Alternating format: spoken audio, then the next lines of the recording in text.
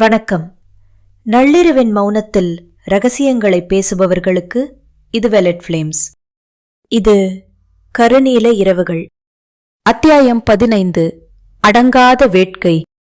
அந்த இருண்ட கண்டெய்னர்களின் இடுக்கில் என் உயிரை கையில் பிடித்துக்கொண்டு காத்து கொண்டிருந்தேன்.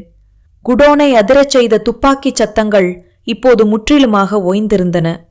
மரணத்தின் நிசப்தம் அந்த இடத்தை சூழ்ந்திருந்தது. சமரனுக்கு என்ன ஆனது? என் அரக்கன் திரும்பி வருவானா என்ற தவிப்பில் என் கண்களிலிருந்து கண்ணீர் வழிந்து கொண்டிருந்தது. திடீரென இருட்டுக்குள் கனமான காலடி சத்தங்கள் என்னை நோக்கி வந்தன. நான் பயத்தில் என் கண்களை மூடிக்கொண்டேன். ஆதிரே!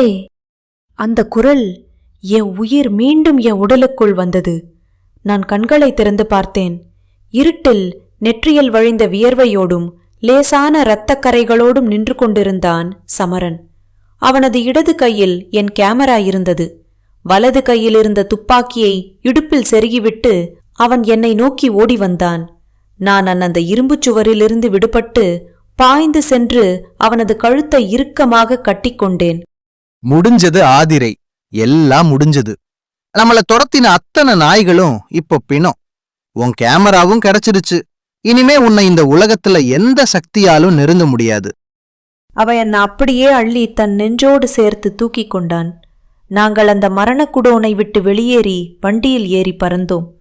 பல மைல்கள் தாண்டி நகரத்தின் எல்லையில் இருந்த அவனது மிக ரகசியமான ஆடம்பரமான ஒரு பாதுகாப்பகத்திற்கு வந்து சேர்ந்தோம்.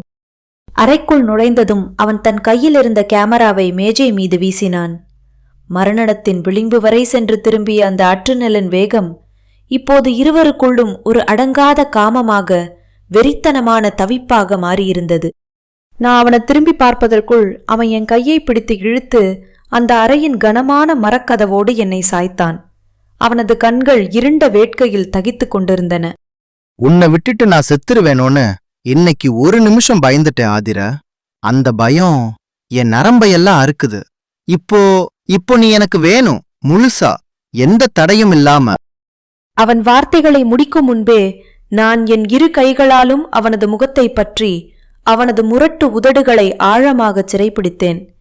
இம்முறை அந்த முத்தத்தில் எந்த தயக்கமும் இல்லை. அது ஒரு மிருகத்தனமான உரிமை. என் நாடி நரம்புகள் அத்தனையும் அவனது தீண்டலுக்காக துடித்தன.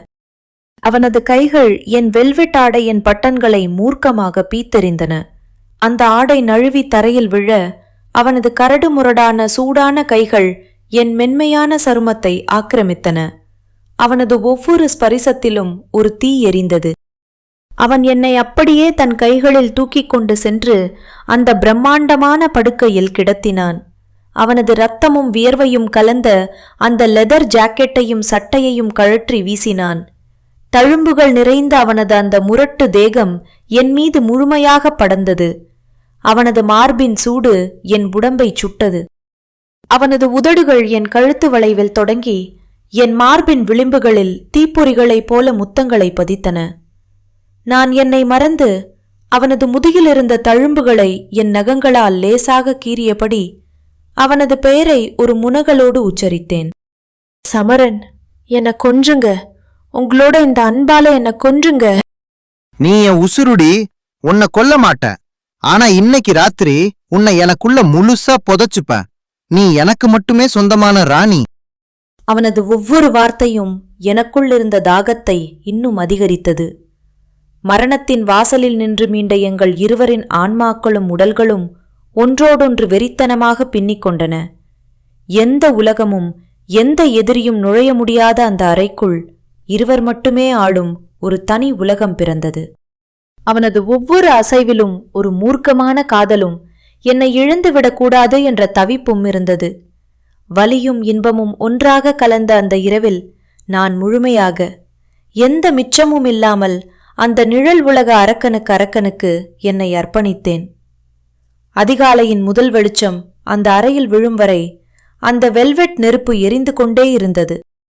அடுத்த நாள் காலை அவனது அகன்ற மார்பில் நான் அமைதியாக உறங்கிக் கொண்டிருந்தேன். கேமரா கிடைத்துவிட்டது. எதிரிகள் அழிந்து விட்டார்கள். இனி எங்கள் வாழ்க்கையில் வெளிச்சம் மட்டுமே இருக்குமா? அல்லது இந்த அமைதி ஒரு பெரிய புயலுக்கு முந்தைய அமைதியா? இந்த கருநீல இரவுகள் இன்னும் நீளும். இந்த அத்தியாயத்தின் ஆழமான நெருக்கமும் எல்லை மீறிய காதலும் உங்கள் மனதை சூடாக்கியிருந்தால் லைக் பண்ணுங்க, சப்ஸ்கிரைப் பண்ணுங்க. மரணத்தை தாண்டி இவர்கள் கொண்ட இந்த போதையான காதல் பற்றிய உங்கள் உணர்வுகளை கமெண்டில் நெருப்பாக பதிவிடுங்கள். நான் உங்கள் ஆதிரை. இது வெலட் ஃப்ளேம்ஸ். மீண்டும் அடுத்த நள்ளிரவில் சந்திப்போம். அதுவரை காதலில் எரியுங்கள்.